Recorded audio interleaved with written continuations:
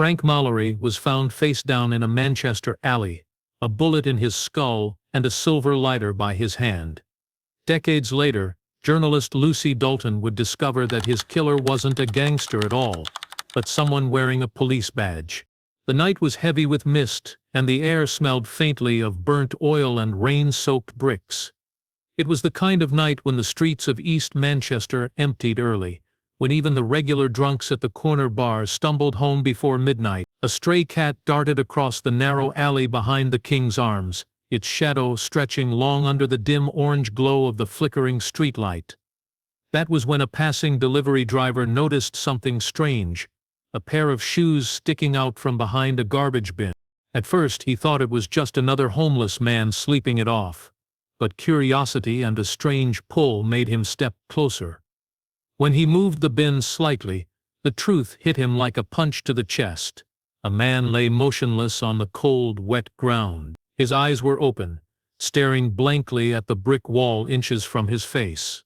Blood had pooled beneath his head, dark and sticky, mixing with rainwater as it trickled toward the drain. The driver ran to the nearest phone box and called the police. Within minutes, flashing blue lights painted the alley. The victim was identified as Frank Mallory, aged 38, known to local detectives for minor crimes, gamble, smuggling, and occasional debt collection. He wasn't a major name in Manchester's gang scene, but everyone knew he worked with people who. His body told a clear story of violence. One clean gunshot wound to the back of the skull, fired at close range. His wallet was gone, his jacket torn, and his pockets turned inside out. Yet one thing stood out. Beside his right hand, almost deliberately placed, was a polished silver lighter. It gleamed faintly in the light, engraved with two initials. Detectives noted that it was too clean, too deliberate to be left by accident. Someone wanted it to be found. But whether it was a clue, a warning, or a misdirection, no one could say. The alley itself offered little help. There were no security cameras in 1983, and witnesses were scarce. The bar staff claimed they hadn't heard a gunshot, just a car engine starting sometime after midnight. A nearby resident reported seeing two figures earlier that evening, one tall, wearing a leather jacket, the other shorter and wearing a cap. That vague description matched half the men in Manchester at the time. The next morning, newspapers ran the headline "Gangland Killing in East Manchester." Though the truth was no one really knew what had happened. The police canvassed the area, questioned known associates and traced Frank's last steps. He had been seen at a betting shop around 9 p.m., arguing quietly with someone outside. After that he vanished.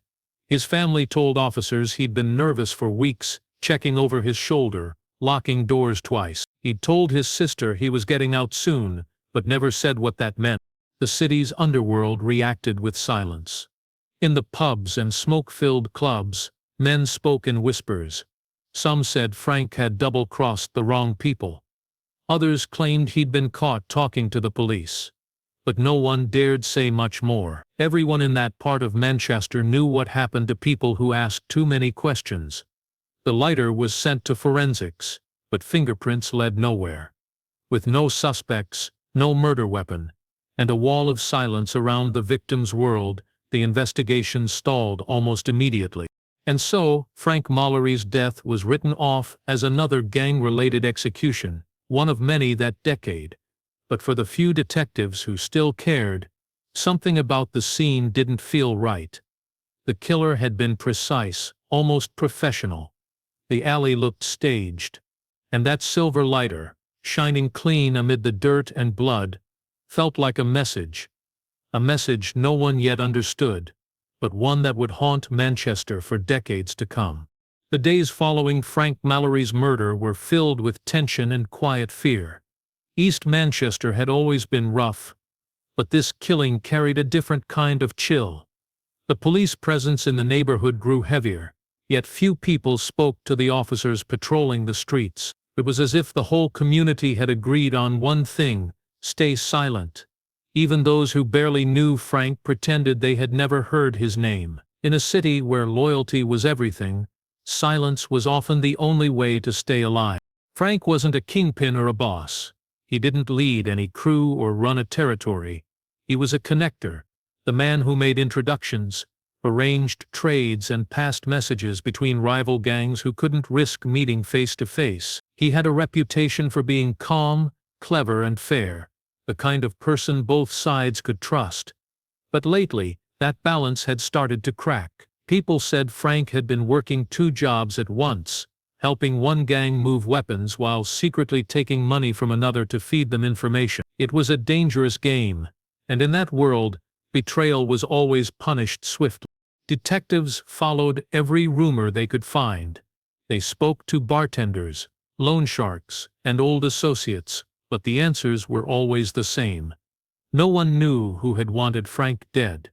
Some said it was the Grangefield crew, a ruthless gang, expanding its reach. Others pointed to the Millstone Boys, who had been losing ground and money fast.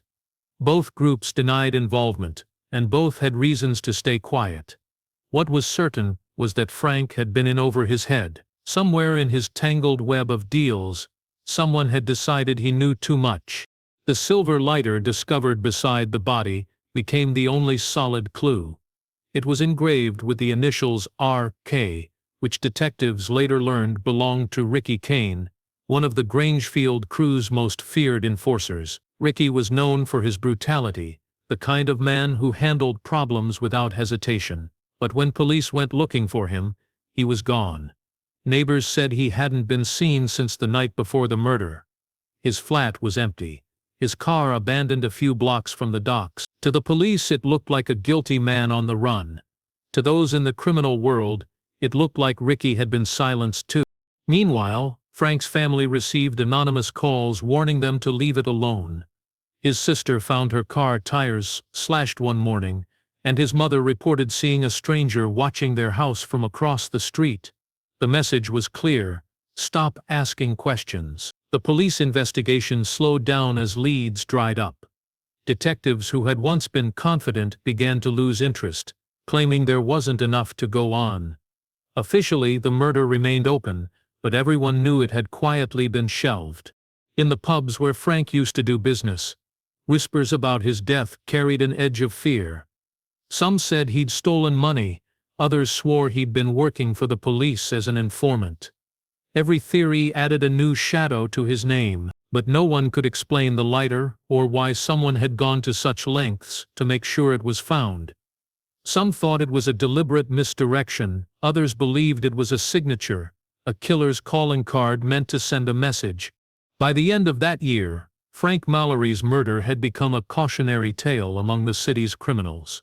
His name was rarely spoken aloud, but his story lingered in the background, a reminder that in the gangland of Manchester, loyalty could vanish in a heartbeat, and secrets had a price that was always paid in blood. The silence that followed his death was not forgetfulness, it was fear pure and simple. The silver lighter, small and gleaming, became the only piece of real evidence in Frank Mallory's murder. It looked out of place among the grime of the alley where he had fallen.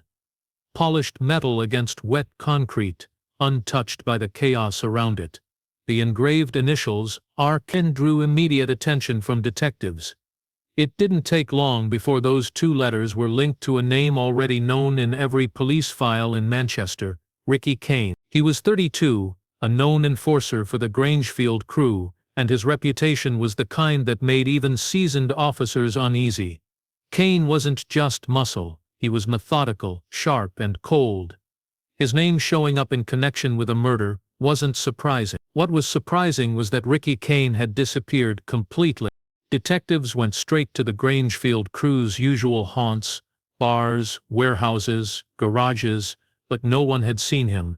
His flat was stripped bare, and his car was found near the industrial docks, door open, keys still in the ignition.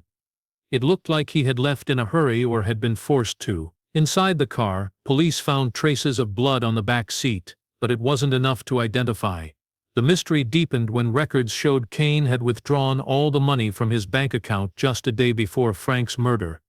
The question was, had he fled, or had someone made him disappear? The connection between Frank Mallory and Ricky Kane puzzled investigators. They ran in the same circles but on opposite ends of the criminal chain. Frank brokered deals. Ricky enforced discipline. They would have crossed paths occasionally, but nothing linked them strongly enough to suggest a motive. Yet the lighter was too specific, too deliberate to be coincident. The theory forming inside the station walls was that the murder was part of a larger gang feud. Perhaps Frank had crossed the Grangefield crew, and Ricky had been sent to deliver punishment. But if that were true, why was Ricky gone as well? As weeks passed, strange details began to surface. A confidential informant hinted that Frank and Ricky had been seen together at a cafe 2 days before the murder, talking quietly in a corner booth. No one knew what they discussed, but afterward both men seemed nervous. One witness described Ricky as looking over his shoulder like someone expecting a bullet. The meeting suggested they might have been partners in something that went wrong. Perhaps a deal had fallen apart, or someone felt betrayed. Meanwhile, inside the police department, unease was growing. The lighter had been sent for fingerprint analysis, but when the results came back, they were incomplete. Smudged, partially wiped. Someone had handled it carefully, maybe wearing gloves, then polished it before leaving it beside the body. Detectives began to suspect the crime scene had been staged, meant to draw attention to Ricky Kane while hiding the real killer. Still, there was no way to prove it. By early 1984, the case had stalled. Without Ricky, there was no one to question, no trail to follow. Theories multiplied. Some believed Ricky had murdered Frank and fled abroad. Others insisted both men had been silenced to protect someone higher up. What tied them together remained hidden beneath layers of fear and corruption. Then, in the spring, a fisherman working along the canal made a discovery. A wallet, waterlogged and torn, containing an ID card, belonging to Ricky Kane. There was no body nearby, only the wallet and a broken chain. The find reignited public interest for a brief moment before being quietly pushed aside. No DNA, no leads, no witnesses. The city moved on. For the detectives still following the case, one unsettling thought lingered. If both Frank and Ricky were gone, then whoever had orchestrated it all was still out there, watching, and clever enough to erase every trace. The lighter that had once seemed like a clue now felt like a warning. A message from the shadows of Manchester's underworld that this murder was never meant to be solved. 3 years after Frank Mallory's murder, the case sat buried in the archives of the Manchester Police Department. It was just another unsolved gangland killing in a decade full of them, forgotten by most and ignored by the rest. Then, in the summer of 1986, something strange happened. Parts of the case file vanished. When a junior officer tried to review the evidence for a training exercise, he discovered that several items listed in the inventory were missing. The original photographs of the crime scene were gone, along with interview notes, phone records, and a section of the forensic report. It was as if someone had carefully selected what to remove, taking only the pieces that could point to a larger story. At first, the disappearance was blamed on sloppy organization.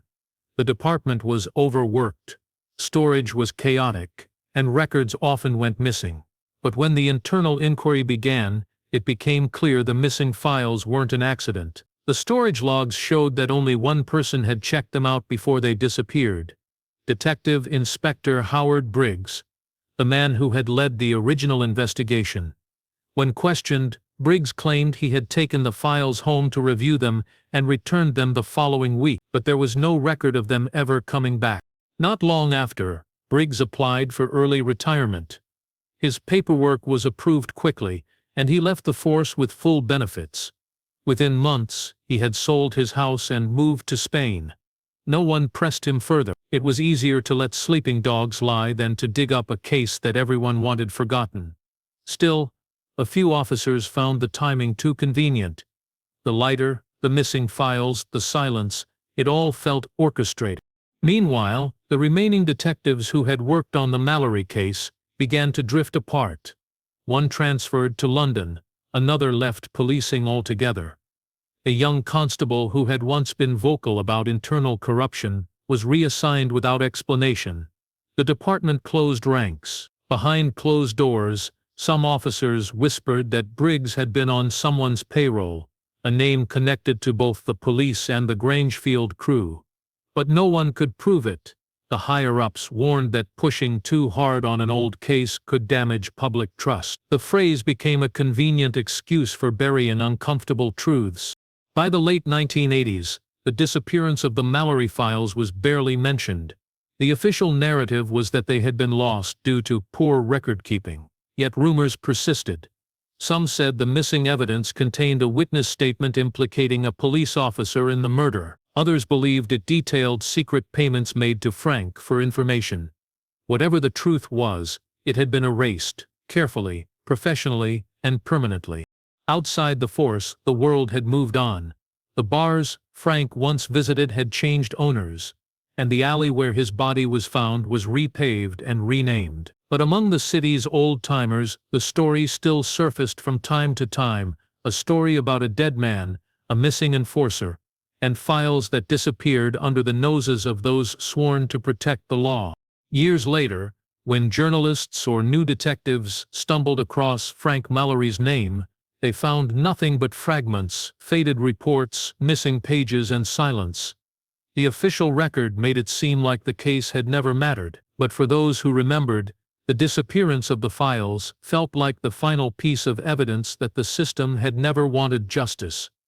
Someone, somewhere, had made sure that the truth about Frank Mallory's death stayed buried, not by accident, but by design.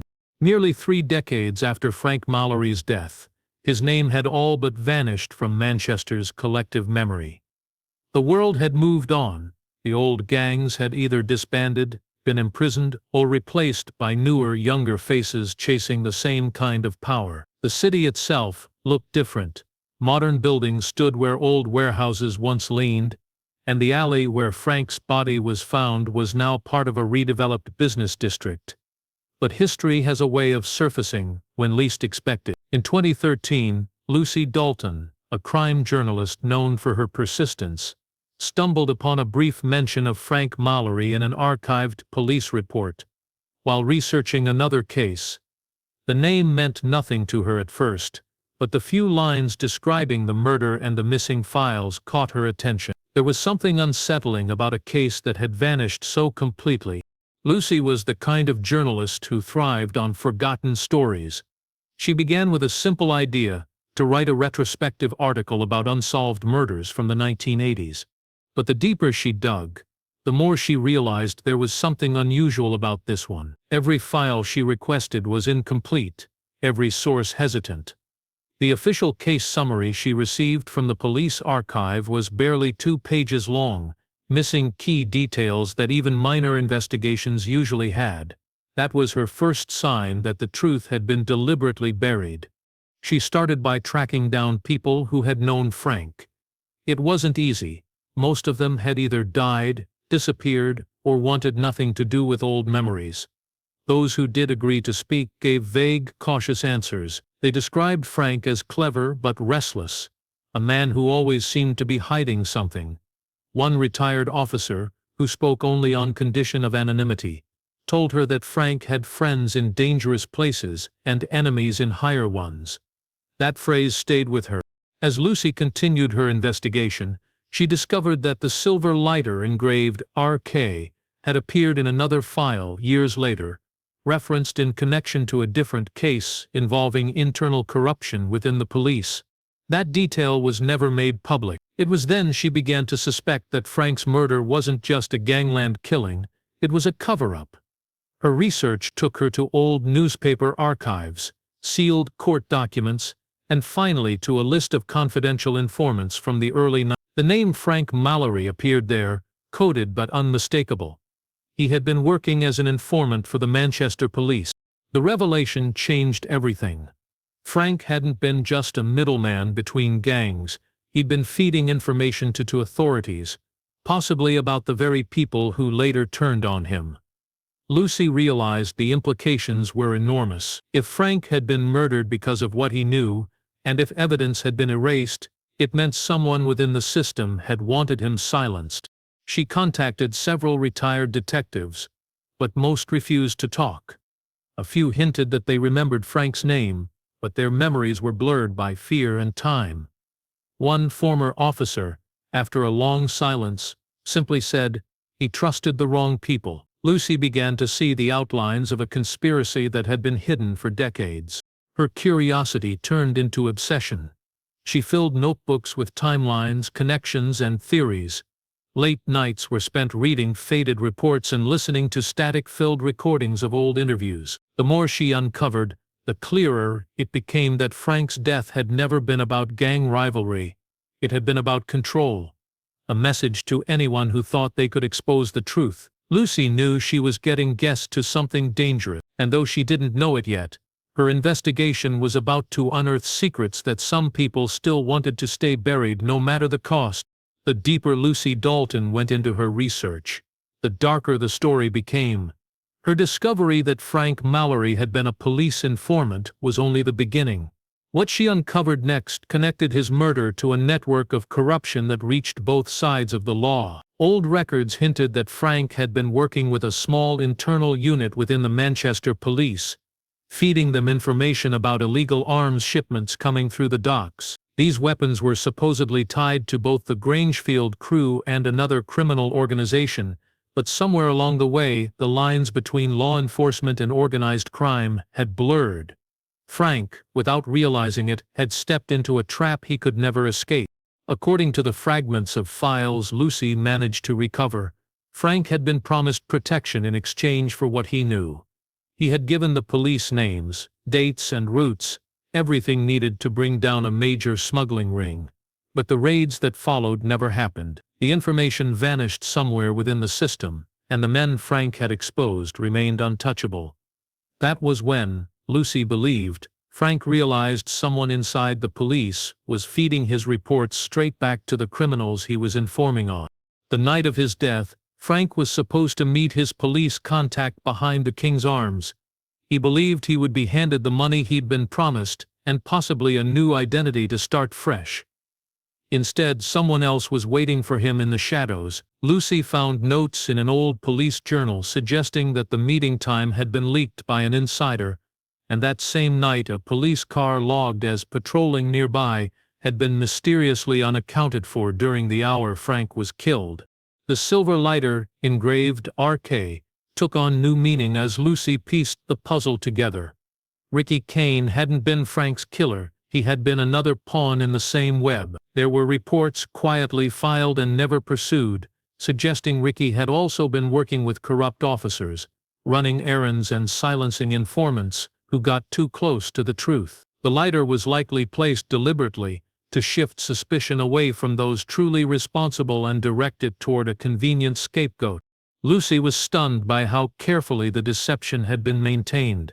Over the years, several officers involved in the case had either retired comfortably or died unexpectedly.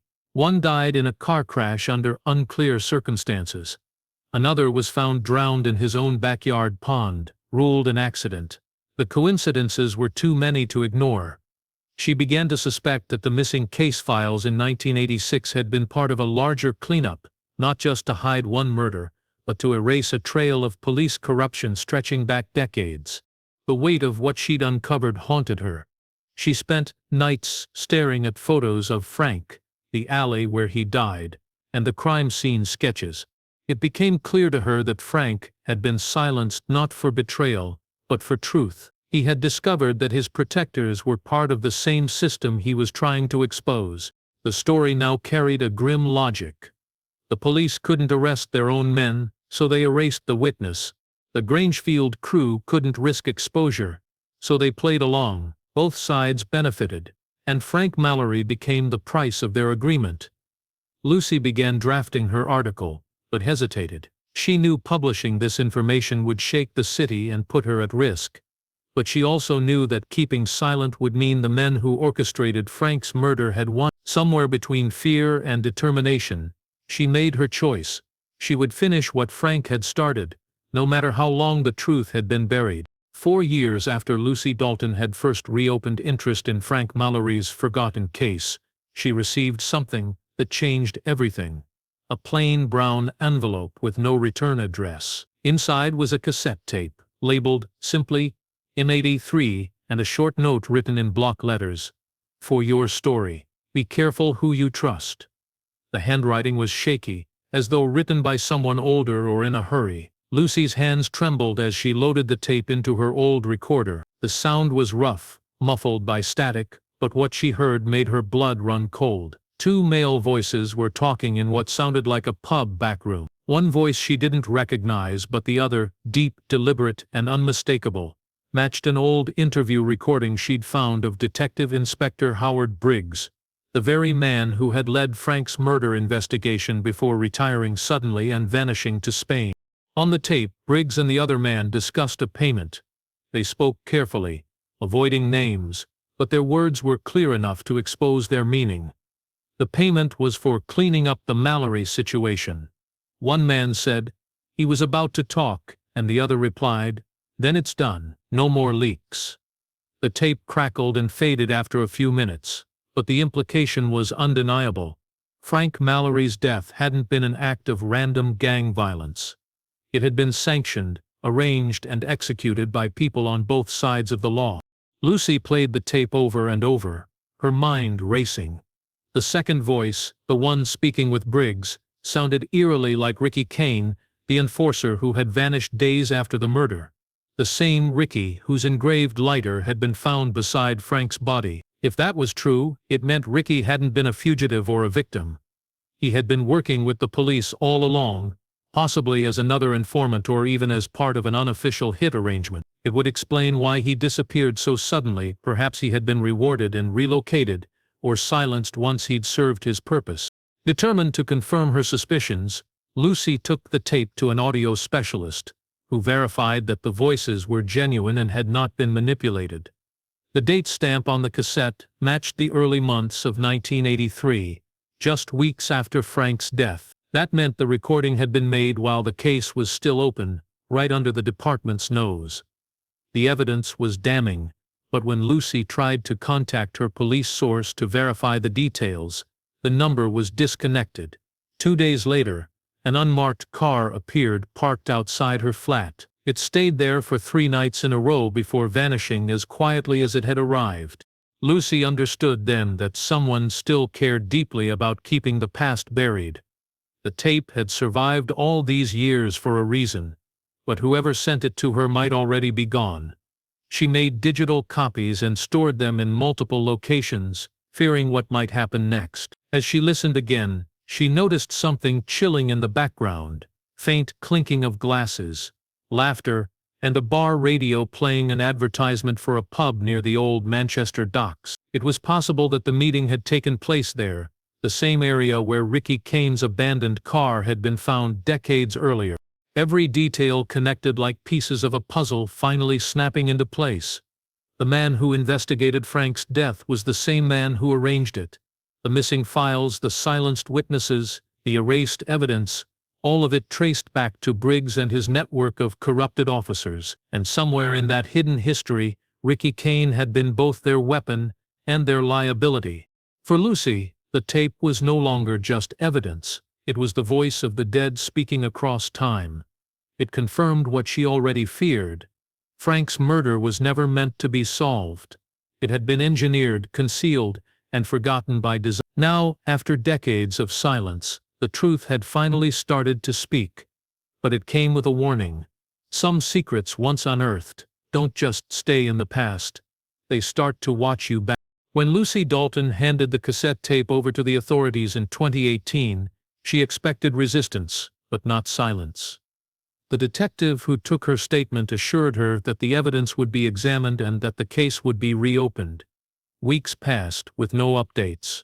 Then months. Every time Lucy tried to follow up, she was told the investigation was under review. Eventually, she learned through an off-the-record source that the case had in fact been reopened, but behind closed doors, handled by a small internal unit. Nothing was made public. Nothing was said. It was as if history was quietly repeating itself.